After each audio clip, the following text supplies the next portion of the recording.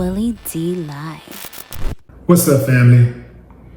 16 oil tankers from BRICS nations, including Brazil, Russia, India, China, Mexico, and other countries, are bypassing the U.S. blockade to load oil from Venezuela. Yeah, fam, check it out.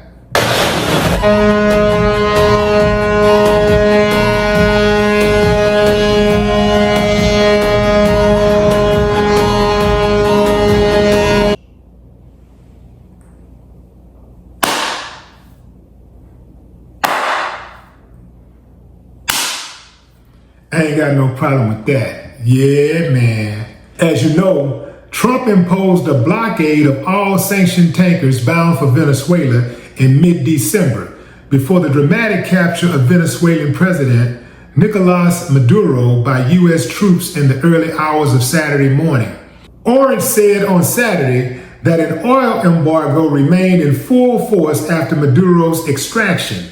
All the deported vessels identified are under sanctions, and most are now sailing on the high seas without any known flag or current ship safety documentation in place, shipping data showed. It's worth noting that China financed Venezuela $60 billion, with $10 billion still being owed in oil repayment. Now, the U.S. want a piece of the action. They want to get cut in. They're saying, look, man, we want control over how that oil is produced, sold, and sanctioned. Here's the problem. The U.S. made an illegal move, whereas China worked out a deal. See, here's the thing, and this is why I don't go so hard on China, because yeah, China, they're still colonizers just like everybody else. But with China, they tend to go in and try to give you some money for your troubles. They're like, hey, man, let's work out a deal. Now, typically, they ain't just going in taking over anything when they're dealing with other continents. Yeah, now, where they're sitting at in their backyard, Taiwan, they want that. They believe that's their land. They want that land. And they're going to take that land. They're pretty much going to do the same thing that the U.S. is doing in Venezuela. And the U.S. is going to double back and take Greenland. And there ain't nothing they can do to stop it because they do not have military might. They ain't got nothing. This is why, as nice as some of these countries are, it's romantic to think of living in these countries, but I can't live somewhere permanently that can't defend itself from the U.S. The U.S. is the world's bully. And if you are living somewhere and your country can't defend you from any bully, is it really your country? Does it really belong to the people? Or does it belong to regional pirates? People who can just come in and take your stuff when they feel like it. Yeah, it's been a good few decades. We gave them some time to, sober up. We gave them some time to get over that. A couple of generations have died off. Let's go get the rest of that land. It's like that's what they do. Now, here's the thing. If these ships that are going in to get that Venezuelan oil, if they're doing that on their own, that's the power move. If they're doing that under or at the behest of the United States or at the approval of the United States, then, we right back where we started. I was getting excited really for a minute till I read a little deeper into the story. Still, I need to know a little bit more. I'm trying to figure out what's really going on. It's hard to really tell what's going on, but it looked like these countries had joined forces and said, well, we're going to go around this blockade, and we're not going to pay attention to it. If all of us do it at the same time, ain't no way they're going to strike. Really, China don't need all of that. I think China is just playing ball. They're trying to play team ball so that they don't look like the big bad bully. But I trust China before I trust the United States. Straight up. That's right, I said it. I trust China before I trust the United States. Now, how could I do that? The same way you can trust your friend before you trust your brother or your sister. The same way that you can trust your cousin before you trust your mama or your daddy. The same way. It's the same thing. I'm looking at history, man. I'm looking at pathology. I'm looking at what I've seen over time. I'm looking at behavior patterns.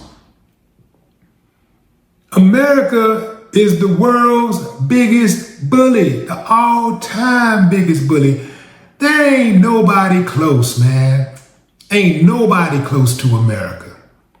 America knows how to bully if it don't know nothing else. It knows how to bully and kill. Oh, and steal, and rape, and pillage, and plunder. Yeah, America got that on lock. It just amazes me how people in America thinks that we're some moral compass for the world. It just amazes me. It amazes me how many people in America who are slow in regards to thinking that America being the world's police is a good idea. Like, who died and gave them the right to be the moral police of the world?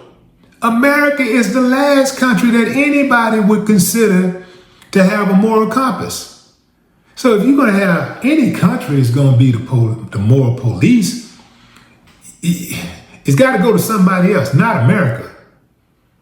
America has a horrible history, a horrible morality history. Horrible. Here's my prediction.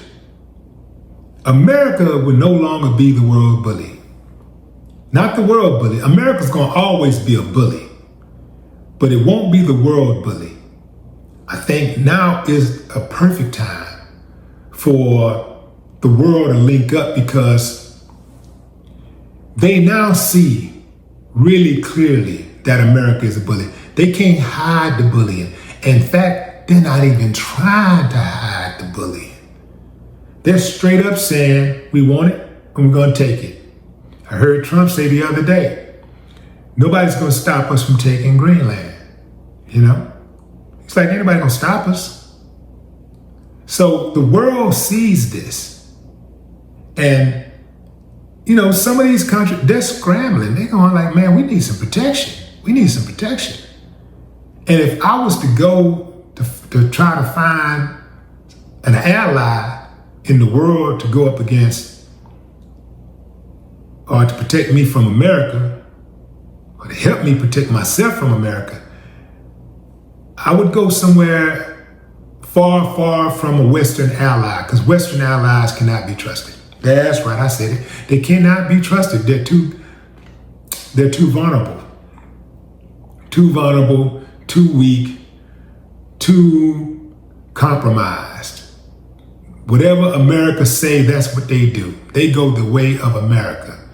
And there has to be independent countries out there who see things differently and who can act on those things that they see differently without fear. And if anything came their way, they need to be able to protect themselves. And so, yeah, I wouldn't link up with America. America are treaty breakers. You know, America does not keep its word at all. Like, if you look at America's enemies, every enemy America has ever had was once its friend. Now, would you want to be friends like that with somebody? Think about it. And there's a few people out there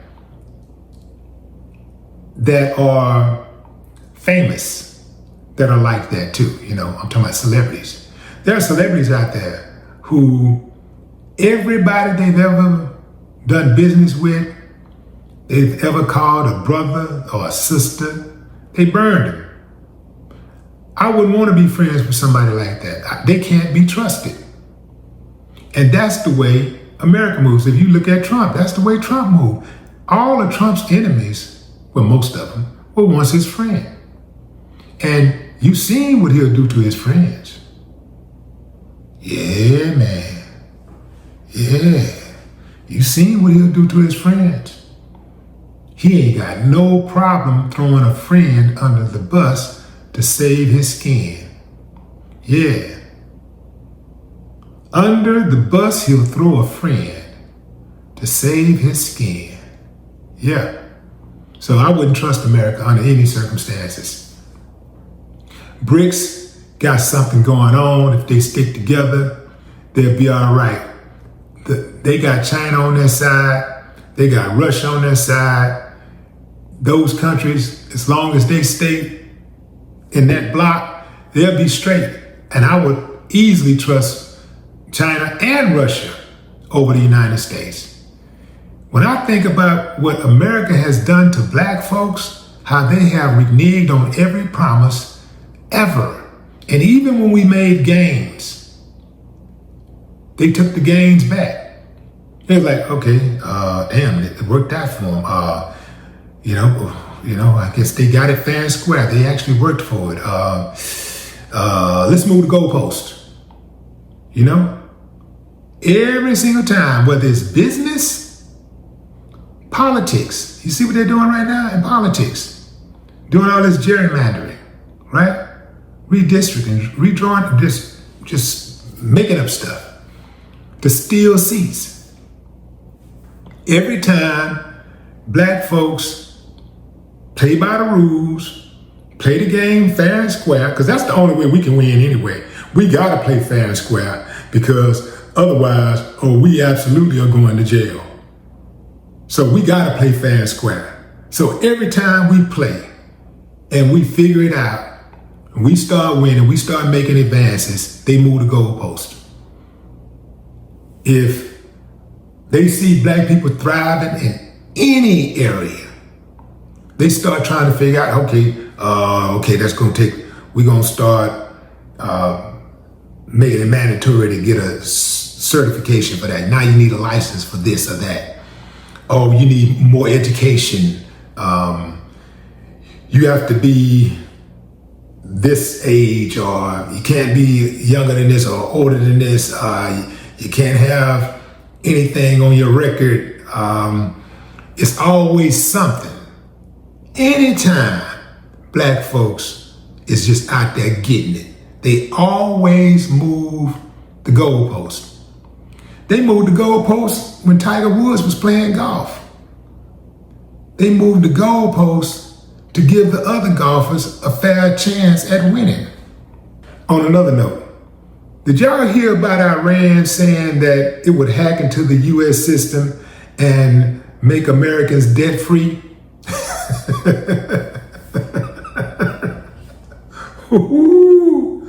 Ooh, that's gangster. Yeah. I mean, I know Trump shouldn't really have a problem with hacking, because, without that hacking, you would not be the president right now or a few years back. He absolutely would not be the president. I believe he stole the election, and can't nobody tell me different. But what say you, fam? Drop a comment. I'd love to hear your thoughts. No more talk.